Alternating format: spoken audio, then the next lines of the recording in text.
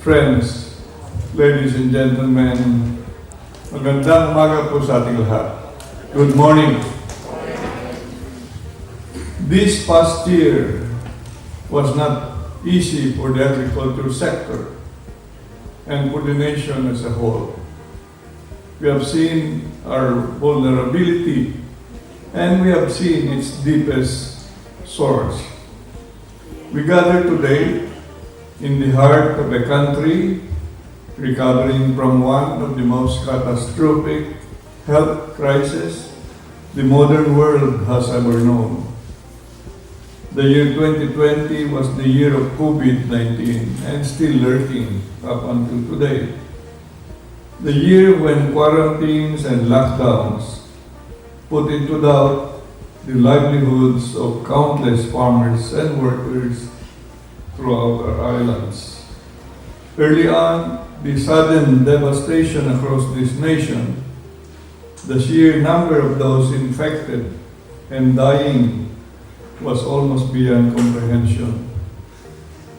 We know the personal tragedies of the pandemic.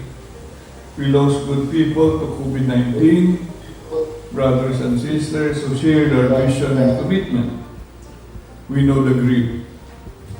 But bravely and with steadfast confidence in the future, we also know the path to recovery. 1 year ago today, the economy was rocked by a severe recession and our financial system was on the verge of collapse. The recession was compounded by the consequences of a series of massive typhoons, flash floods, disease, drought, pest infestations, and a volcanic eruption.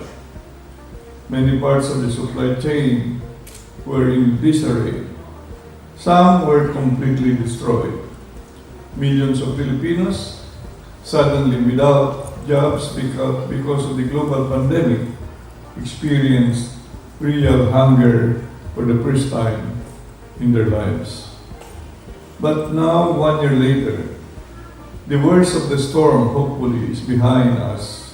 Although, as I've said, the pandemic is still upon us. We are more ready this time around to tackle, confront, manage this pandemic much better than a year early. This country's food security is stable and robust, and our farm and fishery endeavors are on the road to recovery, but still, again, highlighting the vulnerabilities of the food systems in the country today. The Philippine Coconut Authority is to be commended under the strong leadership of General Benji Madrigal Jr. for your dedicated efforts to develop our capabilities in production and processing to a position of world leadership, even in times of almost impossible difficulty. That we are climbing back up the ladder is apparent in the recent performance of the sector. I am convinced that although we still fall behind in some respects, we bow to no one in the quality of our coconut farmers.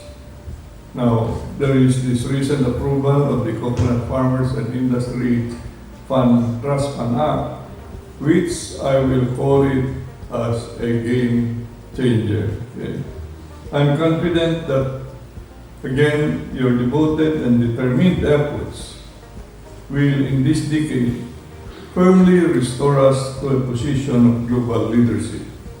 I'd like to extend my gratitude to our field personnel who, despite the limitations in resources and restrictions in mobility, bravely ensured that our coconut farmers are registered in the National Coconut Farmers Registry System.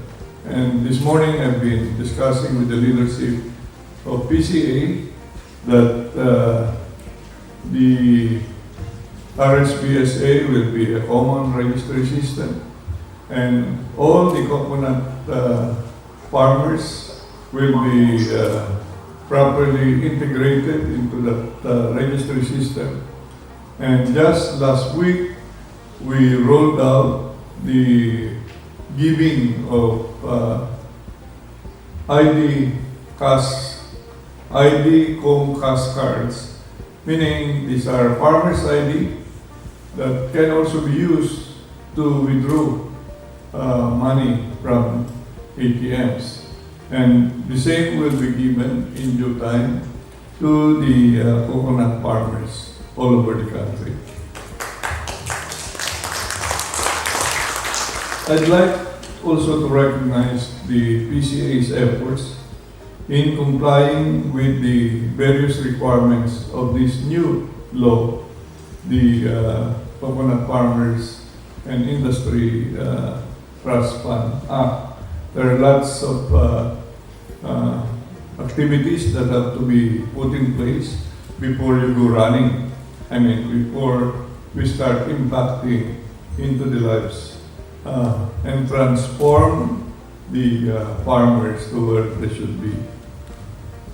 So one specific case is this relationship between the registry and that of the ensuring a good process of nomination and selection of farmers' representatives to the PCA board. The new law requires one coconut farmer representative each from Luzon, Visayas, and Mindanao. So timelines are generally outlined so that before October we shall finish all these preliminaries, and hoping that by then we shall have submitted to the Office of the President the list of shortlisted coconut farmers who will be appointed. I mean, from there, the President will appoint the 3 members to the PCA board.